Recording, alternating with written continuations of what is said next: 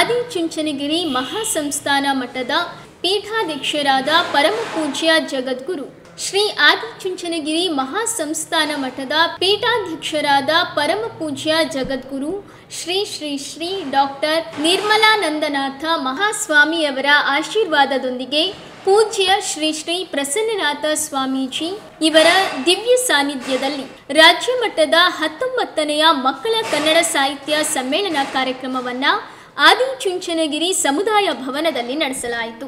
ಕಾರ್ಯಕ್ರಮದ ಉದ್ಘಾಟನೆಯನ್ನ ಕುಮಾರಿ ಪವಿತ್ರ ಎನ್ ಅವರು ನೆರವೇರಿಸಿದರು. ಈ ಸಂದರ್ಭದಲ್ಲಿ ಶ್ರೀಮತಿ ಭವ್ಯ ಸುಧಾಕರ್ ಜಗಮನಿ ಅವರ ಪುಟಾಣಿ ಸಂಚಯ ಎಂಬ ಪುಸ್ತಕವನ್ನ ಬಿಡುಗಡೆಗೊಳಿಸಲಾಯಿತು.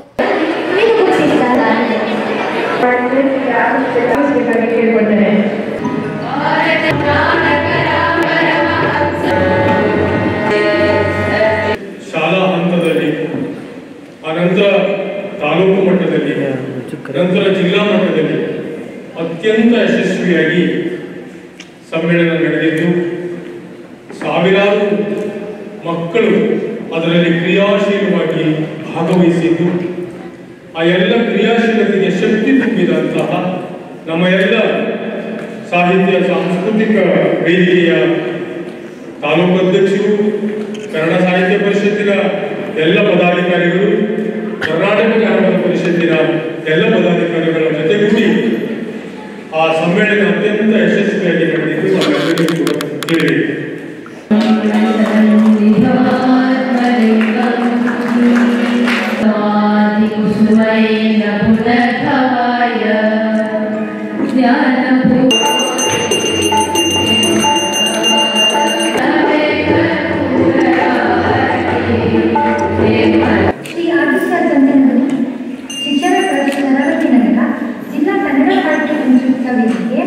ಜಿಲ್ಲಾ ಸಮಿತಿ ಶಿವಮೊಗ್ಗ ಇವರ ಸಂಯುಕ್ತ ಆಶ್ರಯದಲ್ಲಿ ಹಮ್ಮಿಕೊಂಡಿರುವ ರಾಜ್ಯ ಮಟ್ಟದ 19ನೇ ಮಕ್ಕಳ ಕನ್ನಡ ಸಾಹಿತ್ಯ ಸಮ್ಮೇಳನದಲ್ಲಿ ಹಾಜರಾಗಿರುವ ಎಲ್ಲ ಹಿರಿಯ ಸಾಹಿತ್ಯ ಅಭಿಮಾನಿಗಳಿಗೂ ನನ್ನ ವಂದನಾದ ವಂದನೆಗಳು.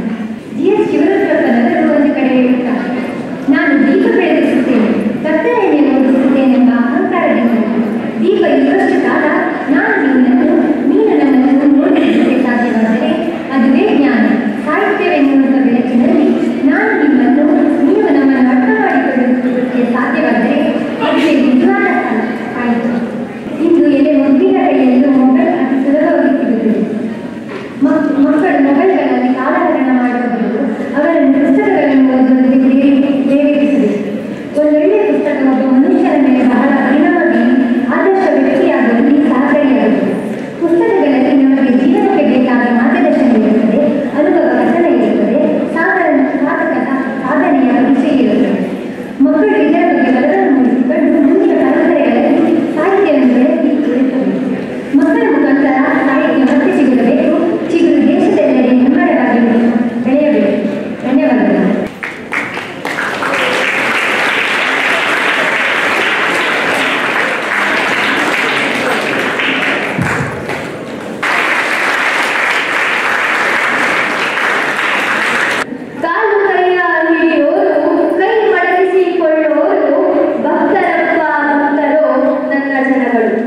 ಕವಿ ಸಿದ್ದಲಿಂಗಯ್ಯನವರ ಕವನದ ಮೂಲಕ ನನ್ನ ಮಾತನ್ನು ಪ್ರಾರಂಭಿಸುತ್ತೇನೆ. ನಿಮಗೆಲ್ಲ ಒಂದು ಪ್ರಶ್ನೆ ಮೂಡಿರಬಹುದು, ನಾನು ಎಲ್ಲಿಂದ ಬಂದಿದ್ದೇನೆಂದು. ರಾಜ್ಯಕ್ಕೆ ಬೆಳಕು ಕೊಟ್ಟು ಇನ್ನು ಕತ್ತಲೆಯಲ್ಲಿರುವ ಶರಾವತಿ ನೀರಿನ ಕರೂರಿನಿಂದ ಬಂದಿದ್ದೇನೆ. ರಾಜ್ಯದ ಬೆಳಕಿಗಾಗಿ ನಮ್ಮ ನೆಲವನ್ನು ದೀಪವಾಗಿಸಿದ ನೋವಿನ ಶಕ್ತಿಯಾಗಿ ನಾನಿಲ್ಲಿ ಬಂದಿದ್ದೇನೆ. ರಾತ್ರೋರಾತ್ರಿ ನಮ್ಮವರನ್ನು ಒಕ್ಕಲಿಸಿದ ವಿರೋಧದ ಧ್ವನಿಯಾಗಿ ನಾನಿಲ್ಲಿ ಬಂದಿದ್ದೇನೆ. 54 ವರ್ಷಗಳ ಕಾಲ ಆಳ್ವಿಕೆ ಮಾಡಿದ ಧೀಮಂತ ಮಹಿಳೆ ಚೆನ್ನಮೈರಾದೇವಿಯ ಕಾನೂರು ಕೋಟೆಯ ಭಾಗವಾಗಿ ನಾನಿಲ್ಲಿ ಬಂದಿರುವೆ.